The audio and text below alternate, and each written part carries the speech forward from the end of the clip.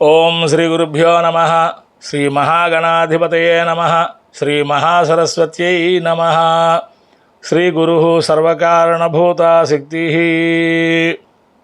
మనవేద సంపద ఛానల్కి స్వాగతం, సుస్వాగతం. ఈరోజు తల్లిని బ్రతికించుకున్నాడు అనే శీర్షికతో కథను తెలియజేస్తున్నాను. అందరూ విని సంతోషిస్తారని చెప్పి మరీ కోరుతూ ఉన్నాను. పూర్వం జమదగ్ని మహర్షి నిరంతర వేదపారాయణం చేస్తూ మహాతపస్సుతో దేవతల అనుగ్రహాన్ని పొందాడు. ప్రసేనజిత్తు అనే మహారాజు కుమార్తె రేణుకాదేవిని వివాహం చేసుకున్నాడు. అనుకూలవతి అయిన రేణుకాదేవితో సంసారం చేస్తూ 5 కుమారులను కన్నాడు. 5వ కుమారుడే పరశురాముడు. రేణుకాదేవి మట్టి కుండతో ప్రతిరోజు నదికి వెళ్ళి మడినీళ్ళు తీసుకొని వచ్చేది. ఆ ప్రకారంగా ఆ రోజు కూడా నదిలో నీళ్లు తెద్దామని నదికి వెళ్ళింది. చిత్రరథుడు అనే గంధర్వుడు భార్యలతో ఆ నదిలో స్నానం చేస్తుండడం చూసి అనేక భావాలతో అపవిత్రురాలు అయ్యింది. ఆశ్రమానికి ఖాళీ మట్టి కొండతో వచ్చిన భార్యని చూసి జమదగ్ని మహర్షి దివ్య దృష్టితో అంతా గ్రహించి ఆమెను శిక్షించుటకు సిద్ధమయ్యాడు. అదే సమయంలో కుమారుడు రుమన్వంతుడు, సుషేనుడు, వసువు, విశ్వావసు ఆశ్రమానికి వచ్చాడు. ఆ నలుగురికి జమదగ్ని మహర్షి తల్లి రేణుకాదేవిని వధించమన్నాడు. కానీ ఆ నలుగురు తల్లి మీద అమితమైన ప్రేమతో తల్లిని వధించలేదు. కొద్ది క్షణాల తర్వాత పరశురాముడు వచ్చాడు. పరశురాముడితో జమదగ్ని మహర్షి జరిగింది తెలియజేసి రేణుకాదేవిని సంహరించమన్నాడు. పరశురాముడు వెంటనే తన గండ్రగొడ్డలి తీసుకొని తల్లిని నరికివేశాడు. తండ్రి ఆజ్ఞను నెరవేర్చినందుకు జమదగ్ని మహర్షి సంతోషించి ప్రశాంత వదనంతో, ఎవరూ చేయని పనిని నా మాటగా చేసావు. ఇది అసాధ్యమైన పనిని సాధ్యం చేశావు. అందుచేత నీకు నేను ప్రసన్నుడను అయ్యాను. ఎన్ని వరాలు కావాలంటే అన్ని వరాలు కోరుకో, ఇస్తాను అన్నాడు జమదగ్ని మహర్షి. పరశురాముడు తండ్రి జమదగ్ని మహర్షికి నమస్కరించి తల్లిని, అన్నదమ్ములను బ్రతికించమని కోరాడు. అంతేకాకుండా తల్లిని నరికినట్టుగా తల్లికి గుర్తు లేకుండా చేయమని కోరాడు. తన పట్ల, అన్నదమ్ముల పట్ల తల్లి ప్రేమాభిమానాలు నిరంతరం ఉండేలాగున చేయమని కోరాడు. తల్లికి మానసిక పాపం అంటకుండా ఉండాలని కోరాడు. అలాగే తనకు యుద్ధంలో జయించేవారు ఉండకూడదని, దీర్ఘమైనటువంటి ఆయుష్ను ఇవ్వమని కోరాడు.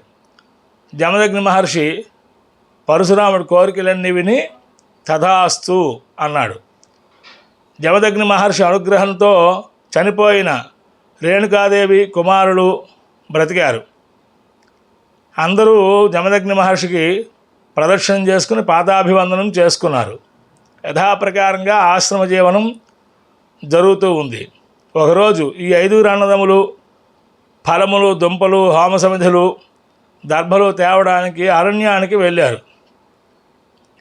అదే సమయంలో కార్తవీర్యార్జునుడు అనే మహారాజు అక్కడికి వచ్చాడు. రేణుకాదేవి జమదగ్ని మహర్షి మహారాజు అయినటువంటి కార్తవీర్యార్జునుడికి ఆతిథ్యం ఇచ్చారు.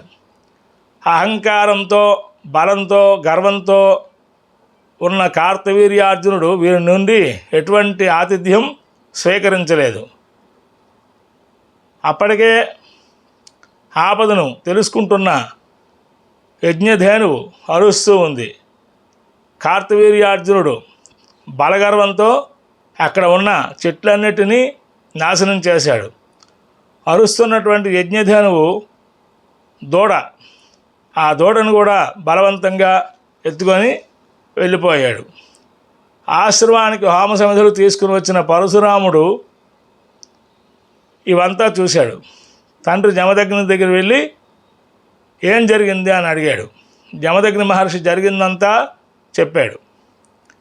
ఆ బిడ్డ కోసం అరుస్తున్నటువంటి, దూడ కోసం అరుస్తున్నటువంటి యజ్ఞధేనువుని చూసి పరశురాముడు మహా ఆగ్రహంతో కార్తవీర్యార్జునుడి మీదకి యుద్ధానికి వెళ్ళాడు. కార్తవీర్యార్జునుడికి పరశురాముడికి ఘోరాతి ఘోరమైన యుద్ధం జరిగింది. ఆ యుద్ధంలో పరశురాముడు అందమైనటువంటి ధనస్సు తీసుకుని మహా తీక్ష్ణమైనటువంటి బాణాలతో కార్తవీర్యార్జునుడి 1000 చేతులు కూడా నరికివేశాడు. అలాగా ఆ యుద్ధంలో చివరికి కార్తవీర్యార్జునుడు పరశురాముడి చేతిలో మరణించాడు.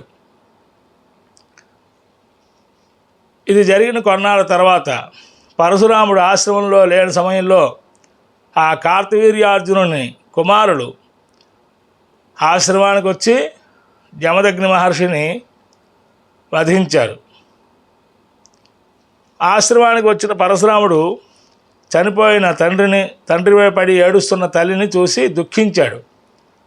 తల్లిని ఓదార్చి తండ్రికి శ్రాద్ధ కర్మలన్నీ పూర్తి చేశాడు.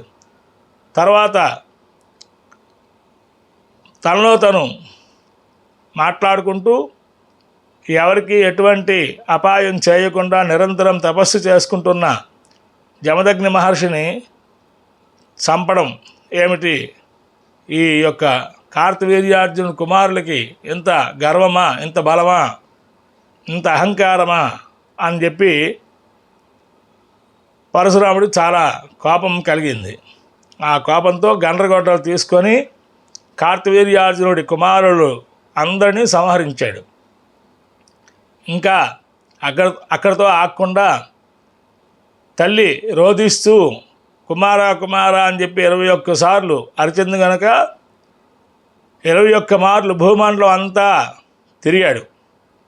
అహంకారంతో, గర్వంతో, క్రోధంతో ప్రజలను ఏ మహారాజులైతే పీడిస్తున్నారో వాళ్ళందరినీ కూడా చంపి భూమండలం అంతా ప్రక్షాళన చేసి మహర్షులకు, అమాయకులను, అనాథులను, సాధువులను కాపాడి ప్రజలకు ఆమోదయోగ్యమైనటువంటి రాజుల్ని పరిపాలన చేసేటట్టుగా మంచి పరిపాలన అందించాడు. ఇంద్ర పర్వతం చేరుకొని అనంతమైన తపస్సు చేసుకోసాగాడు. స్వస్తి. భారత్ మాతాకు జై.